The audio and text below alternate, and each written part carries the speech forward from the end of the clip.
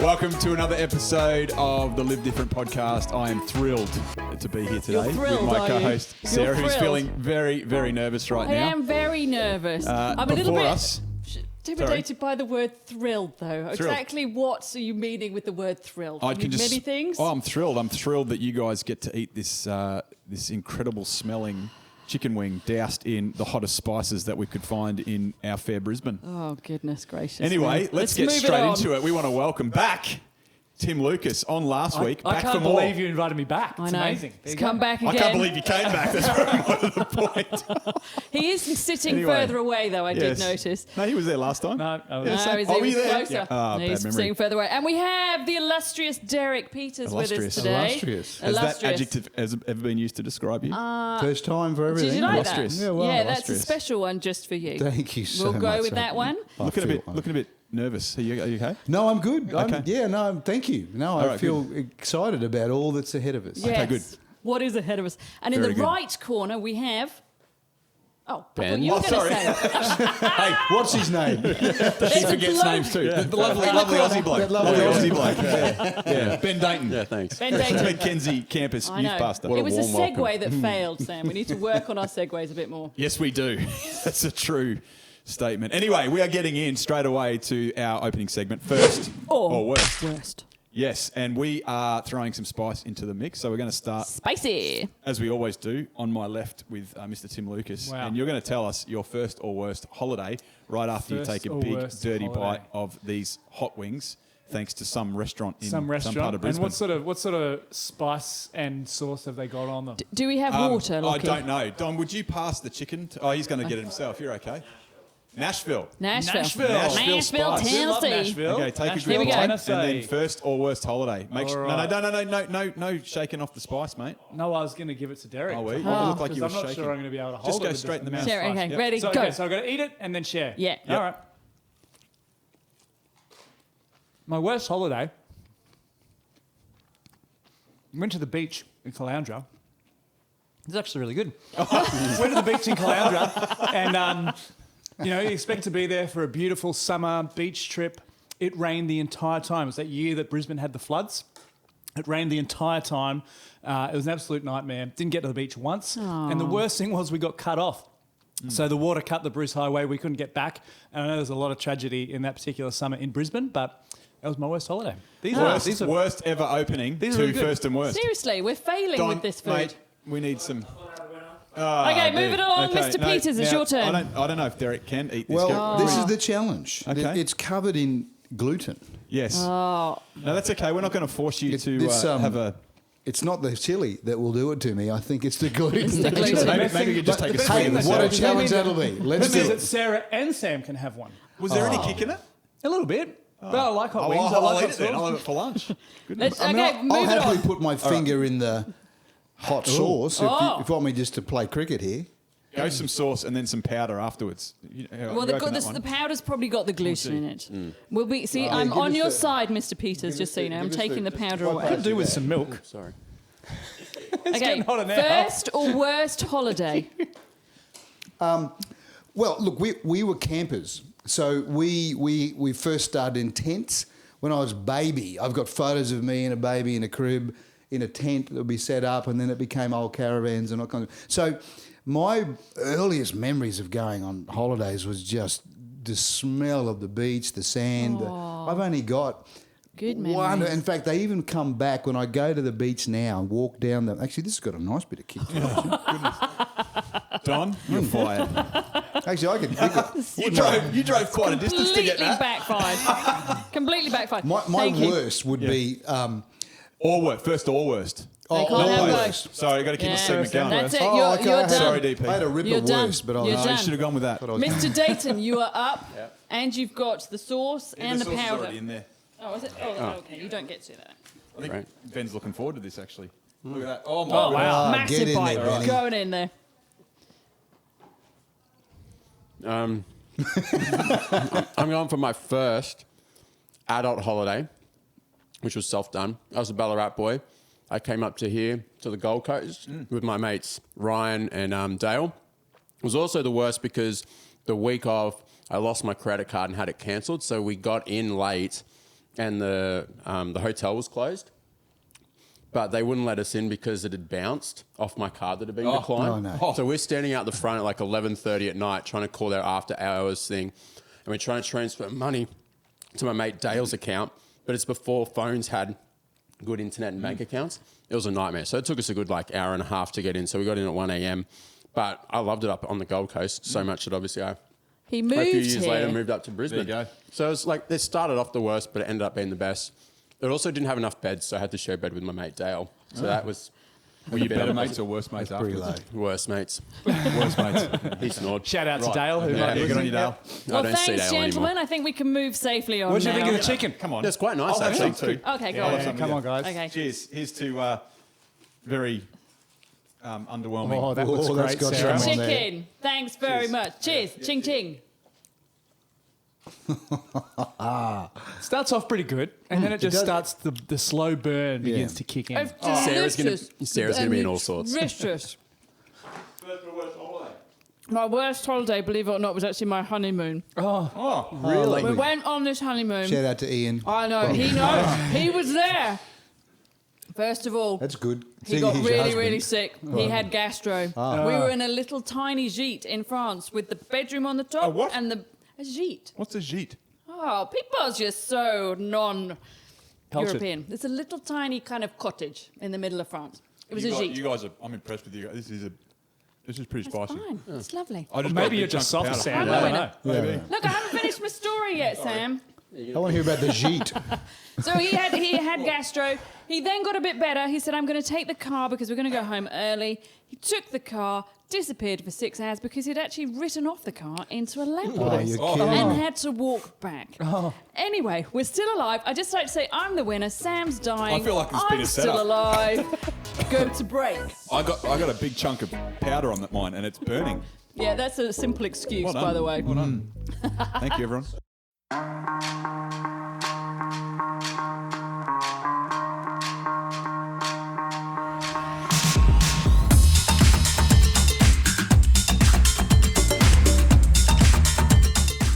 Welcome back. Yes, Welcome welcome back. back. I'd just like to say, Sam, thank you. You're actually relatively kind on That my totally side. backfired on me. Sam's actually feeling the effects far worse than I anyone. am this week. I I thought know. I was pretty good, but no, that was spicy. And, Yeah, it's a and pretty most lame. educational thing I've learned on this podcast is what a jeet is. Yes. There we go. Here for you peoples. Anyway, over to something a little bit more serious. I think it'd be a really good opportunity to, think a bit more about how do we have real confidence in the gospel that we've got, knowing that it's true and it is such good news. But how can we live out that reality, having the full confidence in what we believe? Tim, how would you kind of look at that? What would you kind of say to that? Yeah, look, I think the reality is we believe in a God that we don't see. So there is faith involved, and part of faith is doubt. And God's big enough to be able to deal with our doubt and be okay with our doubt.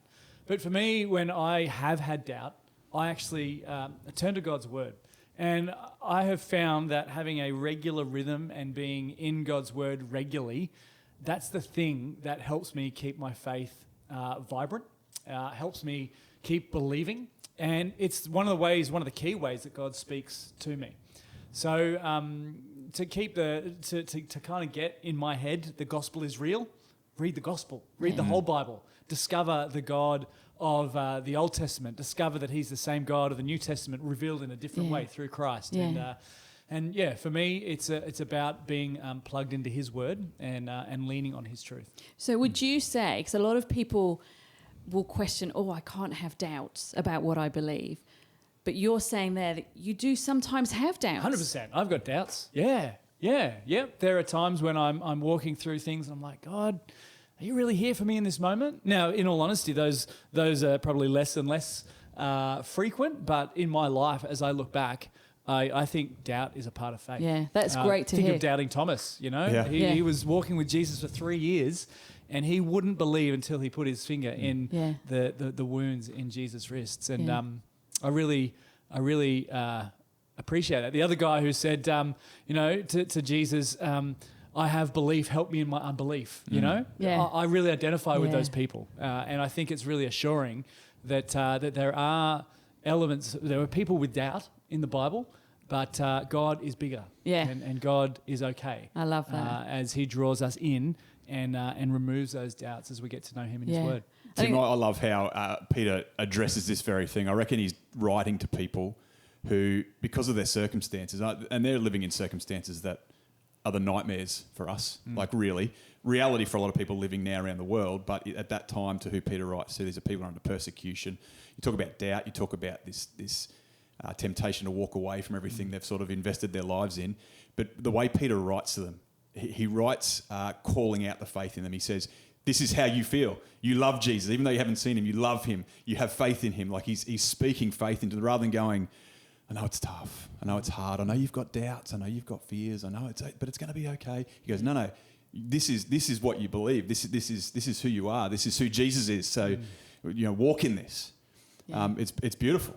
Derek, what about you, mate? Well, I love the conversation. I think we've got to realise too, it's actually not black and white. It's not off and on. It's layers of realisations. Yeah.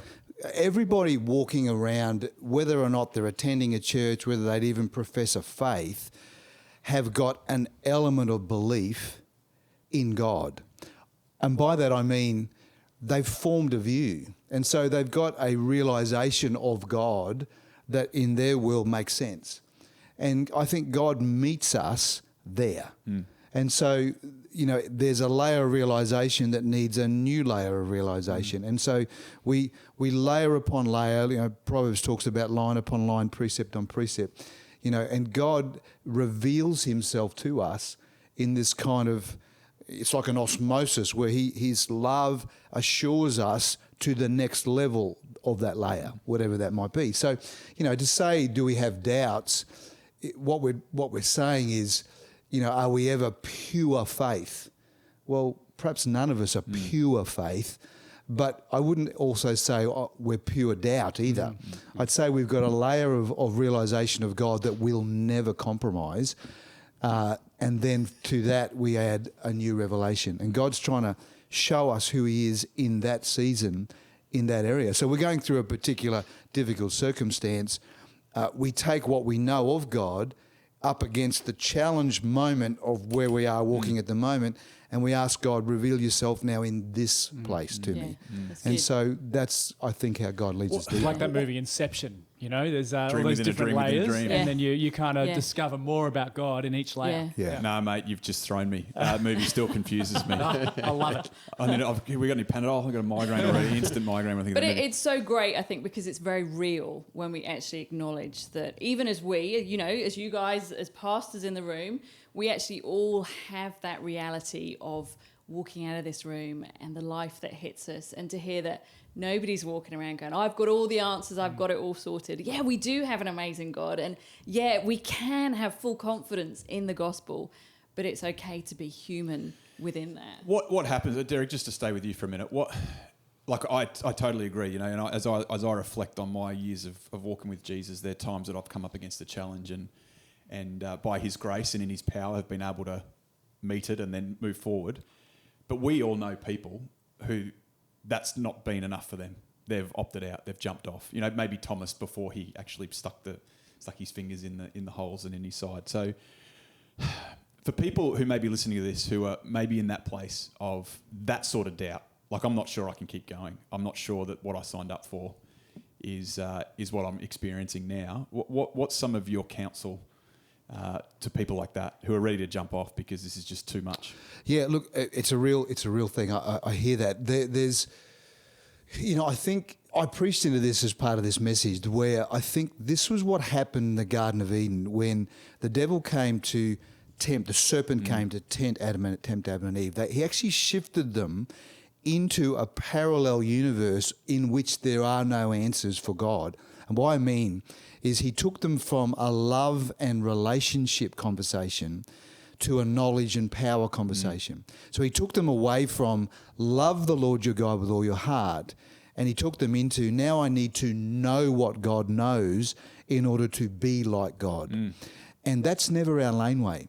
And so if we come to God wanting to know all about God or to know the answers to all of the questions that life can possibly throw us, we will never actually get answers, because we're in an infinite question that we'll never actually get the answer to, you know. And the reality is, Jesus didn't say, okay, what's the greatest commandment for you to live to? Know all you can about me. He actually said, no, love me with all of your heart, mind, soul and strength. Why? Because as you love me, you actually move from knowledge and power across into love and relationship. And in that, you'll find rest. And in my rest, I'll bring to you my comfort, my presence, the things that actually steady the human soul. Now, in that place, I don't need knowledge because I'm resting in my relational connection with him. Now, that'll challenge some people because they'll say, no, the only way I'm going to believe in God is if he answers all my questions. My challenge to that is, I don't know that that's actually possible. Because just as you think you get one answered, there'll be the next one coming around the corner. And life is about one mystery after the next that are unsolved. So I actually need a place where my heart can rest and find home. And if I'll find that place, I found the gospel. Yeah, that's good. That's good. Mr. Dayton, let me come over to you for a sec, for longer than a sec, actually. Okay, great. You get 3. Yeah, perfect. This is good stuff. And I'm a parent of 3 teenagers at the moment. My fourth is not far away from teenagehood, and I appreciate your prayers. This is a real battle for teenagers in today's world, the stuff that we're talking about now. Definitely. What hope would you speak into to anyone who's listening sort of under the age of 18 and in high school, and the battle they face to live out the gospel in their context and in their time, and what they're up against as they do that outside of church? What do you have to say? What's some words of counsel and wisdom for? Yeah, for it's them? good. I mean, I think the first thing that comes to mind is this idea of the community of faith. So when I think about the story of Thomas, what I always think is interesting is he has these doubts, but he's still connected to the community, and they still have something to do with Thomas. You know, it's not like they're like, oh, we've seen Jesus. Like, no, I don't believe you. And they're like, all right, well, you can, there's the door. He's there the next time Jesus appears. That's good. And so there's this sense of actually, in the midst of our doubts and questions, being a part of a wider community of faith to hold us and walk with us on that journey is a really important part, particularly I think for teenagers, because as Tim said, you know, as you get older, often the faith journey is a little less roller coaster and a lot more, you know, smooth roads with some, you know, slight ups and downs. But teenagers are so high and low. You know, you can have a youth camp experience where like, I'm never going to doubt God again. He's so real. 4 weeks later, your boyfriend breaks up with you and you're like, God hates me. You know, like if he is real, he hates me. And maybe he doesn't, you know, like care about me at all. Those kind of experiences happen. And having that secure community of believers around is a really important part of it. The other part that I think is important about that is just the testimonies that you hear. You know, what do they say? Like, we'll overcome, you know, with the blood of the Lamb and the word of our testimony. Like, testimony is a really important part. And being in communities, you get to hear the stories of God's goodness and faithfulness in the life of others, in ways, particularly like, you know, in your peer groups, that feels really tangible. Like, oh, okay, that's someone who's my age. It's not my dad or my dad's friend. It's my friend or my peer or someone else who's in year 10 or someone who's in year 9, and God's, you know, kind of shown up that way. I think that's really important. But having a mindset that I think is the trickiest part for a teenager, when they hear those stories, not as reflections of God's preference for another person and indifference to them, That's really but good. rather as a reminder of God's, you know, goodness and faithfulness. You know, you read through the Gospels and it says many times Jesus healed many. You know, does it never say Jesus healed everyone who was there? Jesus healed many. So that reminder that different people have these different testimonies of God's goodness and faithfulness.